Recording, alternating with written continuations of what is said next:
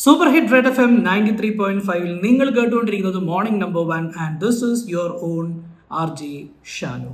കുറച്ചു കാലം ഇതായിരുന്നു എൻ്റെ ജോലി. കുറച്ചു കാലം ഞാനൊരു റേഡിയോ ജോക്കി ആയിരുന്നു. നന്നായിട്ട് സംസാരിക്കാൻ പറ്റുക, ആ സംസാരം എന്നുള്ളൊരു സ്കില്ല് കൊണ്ട് നമുക്ക് കാശുണ്ടാക്കാൻ പറ്റുക, അല്ലെങ്കിൽ അത് നമ്മളെ പ്രൊഫഷനായി മാറുക എന്നുള്ളതൊക്കെ പല ആളുകളുടെയും ഒരു സ്വപ്നമാണ്. എന്നാൽ ആ സ്വപ്നം സാക്ഷാത്കരിച്ച വളരെ കുറച്ച് പേരെ നമ്മുടെ ചുറ്റും ഉണ്ടാവുള്ളൂ. ഈ റേഡിയോ ജോക്കിംഗ് എന്ന് പറയുന്നത് നമുക്ക് എത്തിപ്പിടിക്കാൻ പറ്റാത്ത അത്രയും വലിയ ഉയരത്തിലുള്ള ജോലിയാണെന്ന് ഞാൻ അവകാശപ്പെടുന്നില്ല.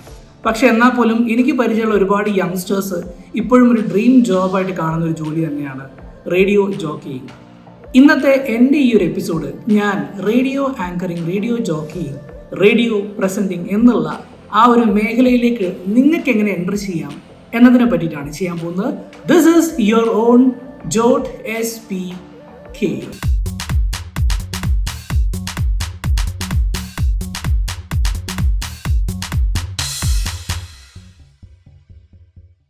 പോസ്റ്റ് ഗ്രാജുവേഷൻ കഴിഞ്ഞിട്ട് കുറച്ചു കാലം നാട്ടിൽ അവിടെ ഇവിടെയൊക്കെ നടന്ന ശേഷം ഞാൻ നേരെ ദുബായിക്ക് വെച്ച് പിടിച്ചു. അവിടെ ഒരു കോർപ്പറേറ്റിൽ കുറച്ചു കാലം ജോലി ചെയ്ത ശേഷം തിരിച്ച് നാട്ടിലേക്ക് വന്നപ്പം കുറേ വർഷങ്ങൾ പോയി എന്താ ചെയ്യേണ്ടതെന്ന് അറിയാണ്ട് പകച്ചു നിന്ന ഒരു സമയം ഉണ്ടായിരുന്നു എൻ്റെ കരിയറിൽ. അപ്പോൾ ഞാനിങ്ങനെ ആലോചിച്ചു, മാസ് കമ്മ്യൂണിക്കേഷൻ പോസ്റ്റ് ഗ്രാജുവേഷൻ കഴിഞ്ഞ ഒരാൾക്ക് ഏത് ജോലി മാധ്യമത്തിൽ തന്നെ ആയിരിക്കും, അല്ലെങ്കിൽ മാധ്യമങ്ങളിൽ തന്നെ ആയിരിക്കണം എൻ്റെ പോസിബിലിറ്റി. എല്ലാ മാധ്യമങ്ങളിലും ഞാൻ CV അയച്ചു. അങ്ങനെ ഒരുപാട് കാലം പല ഇൻ്റർവ്യൂസിനൊക്കെ കാത്തു നിന്നു. ഒടുക്കം ഞാൻ മുട്ടിയ ഒരു വാതിൽ എൻ്റെ മുമ്പിൽ തുറന്നു. അത് റെഡ് FM കോഴിക്കോടിൻ്റെ വാതിലായിരുന്നു. അവിടെ എനിക്കൊരു അവസരം തുറന്നു കിട്ടി.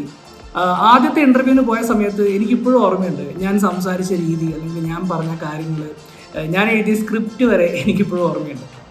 പിന്നെ റേഡിയോയിലെത്തി എന്താണ് റേഡിയോ, അല്ലെങ്കിൽ പ്രത്യേകിച്ച് FM റേഡിയോ എന്താണെന്നുള്ളത് മനസ്സിലാക്കിയ ശേഷം ഒരു 2 മാസത്തെ ട്രെയിനിങ് ഒക്കെ കഴിഞ്ഞ ശേഷമാണ് ഞാൻ റേഡിയോ ജോക്കി എന്നുള്ള ഒരു കുപ്പായം എടുത്തണിയുന്നത്. അതിനുശേഷം ആ ഒരു 2 വർഷത്തെ എൻ്റെ എക്സ്പീരിയൻസ് എൻ്റെ ഫ്യൂച്ചറിൽ എനിക്ക് ഒരുപാട് ബെനിഫിറ്റ്സ് ഉണ്ടാക്കി തന്നിട്ടുണ്ട്. തീർച്ചയായിട്ടും പല മേഖലകളിലേക്കും പോകാനും പലതരം സാഹചര്യങ്ങളെയും നേരിടാനൊക്കെയുള്ള ഒരു കരുത്ത് എനിക്കുണ്ടാക്കിയത് ആ ഒരു ജോലിയിലെ എക്സ്പീരിയൻസ് തന്നെയാണെന്ന് ഒരു സംശയമില്ലാണ്ട് എനിക്ക് പറയാൻ പറ്റും. ഇന്നത്തെ ഈ എപ്പിസോഡിൽ നിങ്ങൾക്ക് വേണ്ടി ഞാൻ ഒരുക്കുന്നത്, അല്ലെങ്കിൽ നിങ്ങൾക്ക് വേണ്ടി ഞാൻ തരാൻ ഉദ്ദേശിക്കുന്നത്, റേഡിയോ ആങ്കറിങ് എന്നുള്ളൊരു മേഖലയിലേക്ക്, അല്ലെങ്കിൽ റേഡിയോ ജോക്കിയിങ് എന്നൊരു മേഖലയിലേക്ക് വരാൻ താല്പര്യമുള്ള ആളുകൾക്ക് എങ്ങനെ നിങ്ങൾക്ക് സ്വയം അതിലേക്ക് പ്രിപ്പയർ ചെയ്യാം. അപ്പോൾ നമ്മൾ തുടങ്ങാൻ പോകുന്നത് നമ്മളുടെ ഏറ്റവും ബേസിക് ആയിട്ടുള്ള ഒരു റിക്വയർമെൻറ്റ് തന്നെയാണ്. എങ്ങനെ നമുക്ക് നന്നായി സംസാരിക്കാൻ പറ്റുന്നുള്ളത്. പല ആളുകൾക്കും സംസാരിക്കണം, അല്ലെങ്കിൽ ഒരു റേഡിയോ ജോക്കി ആവണം, പോട്ടെ നല്ലൊരു പ്രാസംഗികനാകണം എന്നുള്ള ആഗ്രഹമൊക്കെ ഉണ്ടാവും. പക്ഷെ അവരെ പിന്നോട്ട് വലിക്കുന്ന ഒരു പ്രധാന കാരണം എന്ന് പറഞ്ഞാൽ അവരുടെ ശബ്ദമായിരിക്കും, അല്ലെങ്കിൽ അവർക്ക് അവരുടെ ശബ്ദത്തെക്കുറിച്ചുള്ള ഒരു അഭിപ്രായമായിരിക്കും. നമ്മുടെ നാട്ടിലുള്ള കുറച്ച് ക്ലീഷേ ഒബ്സർവേഷൻസിൻ്റെ ഭാഗമായിട്ട് പല ആളുകൾക്കും അവരവരുടെ ശബ്ദത്തിൽ ഒരു ആത്മവിശ്വാസ കുറവ് ഞാൻ പലപ്പോഴും കാണാറുണ്ട്. ഇപ്പോൾ നിങ്ങൾ കേട്ടുകൊണ്ടിരിക്കുന്ന എൻ്റെ ഈ ഒരു ശബ്ദം പല ആളുകളെ സംബന്ധിച്ചിടത്തോളം ഒരു റേഡിയോ ജോക്കിക്ക് പോകുന്ന ശബ്ദമാണോ എന്ന് ചിന്തിക്കാൻ സാധ്യതയുള്ളൊരു സൗണ്ടാണ്. ഭയങ്കര ബേസ് ഇട്ട് സംസാരിക്കുന്ന ആളുകളെ നമ്മളെപ്പോഴും കാണാറുള്ളതാണ്. അല്ലെങ്കിൽ അവർ സംസാരിക്കുമ്പോൾ, സാധാരണഗതിയിൽ സംസാരിക്കുമ്പം ഒരു ഡിഫറെൻറ്റ് സൗണ്ടും, മൈക്ക് പിടിച്ച് സംസാരിച്ച് തുടങ്ങുമ്പോൾ കംപ്ലീറ്റ്ലി ഡിഫറെൻ്റ് ആയിട്ടുള്ള വേറൊരു ശബ്ദമൊക്കെ നമുക്ക് പലപ്പോഴും കേട്ട് എക്സ്പീരിയൻസ് ചെയ്യാൻ പറ്റാറുണ്ട്. നിങ്ങളുടെ ശബ്ദം അതെന്തും ആയിക്കോട്ടെ, നിങ്ങൾ പറയുന്ന കാര്യങ്ങൾ കേൾക്കാൻ നിങ്ങളുടെ ചുറ്റുമുള്ള ആളുകൾ താല്പര്യം കാണിക്കാറുണ്ടോ? അല്ലെങ്കിൽ നിങ്ങൾ എന്തെങ്കിലും പറഞ്ഞു തുടങ്ങുമ്പോൾ അത് കേൾക്കാൻ വേണ്ടി നിങ്ങളുടെ ചുറ്റുമുള്ള ആളുകൾ ചെവി കൂർപ്പിക്കാറുണ്ടോ? ഈ ഒരു ക്വാളിറ്റി നിങ്ങൾക്കുണ്ടെങ്കിൽ തീർച്ചയായിട്ടും നിങ്ങൾക്ക് നല്ലൊരു പ്രാസംഗികനോ, ഒരു റേഡിയോ ജോക്കിയോ, അല്ലെങ്കിൽ ഒരു ആങ്കറോ ആവാൻ പറ്റും എന്ന് തന്നെയാണ് എനിക്ക് പറയാനുള്ളത്. നമ്മളുടെ റേഡിയോ ജോക്കിയിങ് എന്നുള്ള ജോലി മേഖലയിലേക്ക് നമ്മൾ കടക്കുമ്പോൾ തീർച്ചയായിട്ടും എൻ്റർടൈൻ ചെയ്യിക്കുക എന്നുള്ള വലിയൊരു റെസ്പോൺസിബിലിറ്റി നമുക്കുണ്ട്. അപ്പോൾ തീർച്ചയായിട്ടും നമുക്ക് നമ്മുടെ ചുറ്റും നടക്കുന്ന കാര്യങ്ങളെക്കുറിച്ച് വളരെ ക്ലിയർ ആയിട്ടുള്ളൊരു പിക്ചർ ഉണ്ടാവണം എന്നുള്ളതാണ് ഏറ്റവും ആദ്യത്തെ പോയിന്റ്. എന്നും പത്രം വായിക്കുക. ഒരു മനുഷ്യൻ ആത്യന്തികമായിട്ട് എന്തിലൊക്കെയാണോ താല്പര്യം കാണിക്കുക, അല്ലെങ്കിൽ നമ്മളെ ചുറ്റും നടക്കുന്ന പലതരത്തിലുള്ള കാര്യങ്ങളെക്കുറിച്ച് നമുക്കൊരു ബോധമുണ്ടാകുക, ഈ പറഞ്ഞ കാര്യങ്ങളൊക്കെ ഒരു റേഡിയോ ജോക്കിക്ക് ഒഴിച്ചുകൂടാൻ പറ്റാത്ത കാര്യങ്ങളാണ്. കാരണം നമ്മൾ എന്തൊരു കാര്യത്തെക്കുറിച്ച് സംസാരിക്കുകയാണെങ്കിലും ആ വിഷയങ്ങൾ വളരെ എൻ്റർടൈനിങ് ആയിട്ട്, പ്രത്യേകിച്ചും എൻ്റർടൈൻമെൻറ്റ് ഇൻഡസ്ട്രിയുമായി ബന്ധപ്പെട്ട്, അല്ലെങ്കിൽ മറ്റു പല മേഖലകളുമായിട്ട് ബന്ധപ്പെട്ട് താരതമ്യപ്പെടുത്തലുകൾ, അല്ലെങ്കിൽ ഇപ്പോഴത്തെ ഒരു തരത്തിലുള്ള ട്രോളിങ്, ഇങ്ങനത്തെ കാര്യങ്ങളൊക്കെ തീർച്ചയായിട്ടും ഇപ്പോഴത്തെ ഒരു റേഡിയോ ആങ്കറിങ് മേഖലയിൽ ഒഴിച്ചുകൂടാൻ പറ്റാത്ത കാര്യങ്ങൾ തന്നെയാണ്. സംസാരിക്കുമ്പോൾ പലപ്പോഴും വാക്കുകൾക്ക് വേണ്ടി തപ്പിപ്പോകുക എന്നുള്ള സാഹചര്യം പല ആളുകൾക്കും ഉണ്ടാകുന്നൊരു പ്രശ്നമാണ്. കാരണം ഒരു തപ്പൽ തുടങ്ങി കഴിഞ്ഞാൽ പിന്നെ നമ്മളെ നാക്കുടക്കി നമുക്ക് പറഞ്ഞ് നമ്മൾ എവിടെയെങ്കിലൊക്കെ എത്തിപ്പോകും. ഈ തപ്പൽ ഒഴിവാക്കാൻ വേണ്ടിയിട്ട് നിങ്ങൾക്ക് ചെയ്യാൻ പറ്റുന്നൊരു കാര്യം, നല്ല രീതിയിൽ വൊക്കാബുലറി ഡെവലപ്പ് ചെയ്യുക, വാക്കുകൾ നല്ലോണം പഠിച്ച്, അല്ലെങ്കിൽ ഏത് വാക്ക് ഏത് രീതിയിൽ ഞാൻ പ്രയോഗിക്കണം, ഞാൻ സംസാരിക്കുന്നതിൽ ഏതെങ്കിലും വാക്ക് ഞാൻ എപ്പോഴും റിപ്പീറ്റ് ചെയ്യുന്നുണ്ടോ എന്നുള്ളതിനെ കുറിച്ചൊക്കെ ഒരു സെൽഫ് ഇവാലുവേഷൻ നടത്തുക. തീർച്ചയായിട്ടും ഇത് ചെയ്യാൻ ഏറ്റവും നല്ലൊരു ഒരു രീതി എന്ന് പറയുന്നത്, നമ്മൾ സംസാരിക്കുന്നത് അല്ലെങ്കിൽ നമ്മൾ ഏതെങ്കിലും ഒരു വിഷയത്തെക്കുറിച്ച് വളരെ റാൻഡം ആൻഡ് സ്പോണ്ടേനിയസ് ആയിട്ട് സംസാരിക്കുക. അതായത് ഒരു പ്രിപ്പറേഷനും ഇല്ലാണ്ട് ചുമ്മാ അങ്ങ് സംസാരിക്കുക. അങ്ങ് സംസാരിച്ച് കഴിഞ്ഞിട്ട് അത് മൊബൈൽ ഫോണിൽ റെക്കോർഡ് ചെയ്ത് മേ ബി ഒരു 5 മിനിറ്റ് ഒക്കെ സംസാരിച്ച ശേഷം, പോട്ടെ 2 മിനിറ്റ് സംസാരിച്ച ശേഷം അത് റെക്കോർഡ് ചെയ്യുക.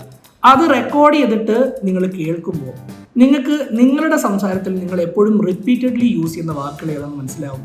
ഇത് അരോചകമാണോ അല്ലെങ്കിൽ ഇത് എന്റർടൈനിങ് ആണോ എന്നുള്ളത് നിങ്ങൾക്ക് തന്നെ ഇവാലുവേറ്റ് ചെയ്യാൻ പറ്റും. അല്ലെങ്കിൽ ഈ റെക്കോർഡിങ്സ് നിങ്ങൾക്ക് ഏറ്റവും ഇഷ്ടപ്പെട്ട ആളുകൾക്ക് വേണ്ടി ഷെയർ ചെയ്യാം. അങ്ങനെ ഷെയർ ചെയ്തിട്ട് അവരുടെ അഭിപ്രായം നിങ്ങൾ ചോദിക്കുക.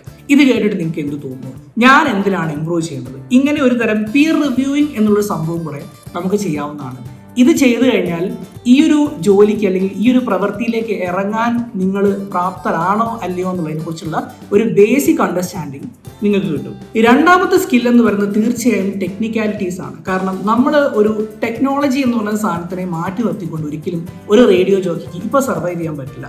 ഒരു സ്റ്റുഡിയോയിൽ നിങ്ങൾ എത്തിക്കഴിഞ്ഞാൽ തീർച്ചയായിട്ടും ഒരു digital audio work station operate ചെയ്യാൻ നിങ്ങൾ പഠിച്ചേ തീരുള്ളൂ. അത് ചിലപ്പം ഒരു FM സ്റ്റുഡിയോ നിങ്ങൾക്ക് ട്രെയിനിങ് തരുമായിരിക്കും.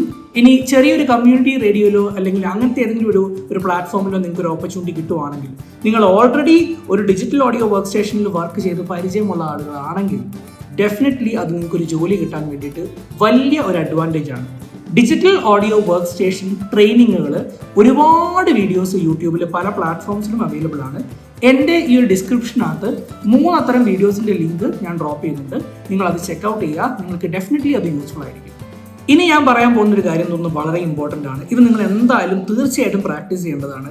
പല ആളുകൾക്കുള്ള ഒരു പ്രശ്നമാണ്, നമ്മൾ സംസാരിച്ച് തുടങ്ങുമ്പോൾ നമുക്ക് ഒരു പെർട്ടിക്കുലർ ടൈമിൽ ഇത് നിർത്താൻ പറ്റില്ല. കാരണം ഒരു റേഡിയോ ജോക്കിയെ സംബന്ധിച്ചിടത്തോളം 90 സെക്കൻഡ് അല്ലെങ്കിൽ 120 സെക്കൻഡിലേക്ക് പ്ലാൻ ചെയ്തിട്ടാണ് പലപ്പോഴും റേഡിയോ ജോക്കീസ് കാര്യങ്ങൾ സംസാരിക്കാറുള്ളത്. പക്ഷേ ചില ആളുകൾ എന്ത് കാര്യം പറഞ്ഞു തുടങ്ങിക്കഴിഞ്ഞാലും അവർക്ക് അത് നിർത്തുന്ന സ്ഥലത്ത് നിർത്താൻ പറ്റില്ല. അപ്പോൾ അങ്ങനത്തെ പ്രോബ്ലം ഉള്ള ആളുകൾ തീർച്ചയായിട്ടും ഒരു വിഷയം സെലക്ട് ചെയ്ത് അതിനെക്കുറിച്ച് സംസാരിച്ച് തുടങ്ങി ഒരു ഫ്രെയിം വർക്ക് ഉണ്ടാക്കിയിട്ട് എത്ര സമയം കൊണ്ട് ഞാൻ നിർത്തണം എന്നതിനെക്കുറിച്ച് ഒരു പ്രാക്ടീസ് റേഡിയോ ജോക്കി ഇൻ്റർവ്യൂസിന് പോകുന്നതിന് മുമ്പ് തന്നെ ചെയ്യാൻ തുടങ്ങിക്കഴിഞ്ഞാൽ നിങ്ങൾക്ക് തീർച്ചയായിട്ടും ആ ഒരു ഇൻ്റർവ്യൂവിൽ ഒരു ഓപ്പർച്യൂണിറ്റി കിട്ടുവാണെങ്കിൽ ഒരു വിഷയത്തെക്കുറിച്ച് 90 സെക്കൻഡുകൾ കിട്ടിയാൽ ആ 90 സെക്കൻഡിനുള്ളിൽ പറയാൻ ഉദ്ദേശിക്കുന്ന കാര്യങ്ങളുടെ ഒരു 75% തീർച്ചയായിട്ടും നല്ല രീതിയിൽ പറയാൻ പറ്റും.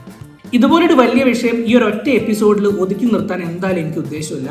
അപ്പം റേഡിയോ ആങ്കറിങ് അല്ലെങ്കിൽ ഈ ഒരു മേഖലയിലേക്ക് വരാൻ താല്പര്യമുള്ള ആളുകൾക്ക് വേണ്ടി തീർച്ചയായിട്ടും എൻ്റെ ഫ്യൂച്ചർ എപ്പിസോഡ് ഞാൻ നിങ്ങൾക്ക് വേണ്ടി ചെയ്യുന്നതാണ്. ആ എപ്പിസോഡ്സിനകത്ത് കുറച്ചും കൂടെ അഡ്വാൻസ്ഡ് ആയിട്ടുള്ള പല ടെക്നിക്കുകളെ കുറിച്ചും പല മെത്തേഡ്സിനെ കുറിച്ചും ഞാൻ നിങ്ങളോട് സംസാരിക്കും. And with that I conclude today's episode. This is Jode SPK speaking for you people to entertain, enjoy and have fun.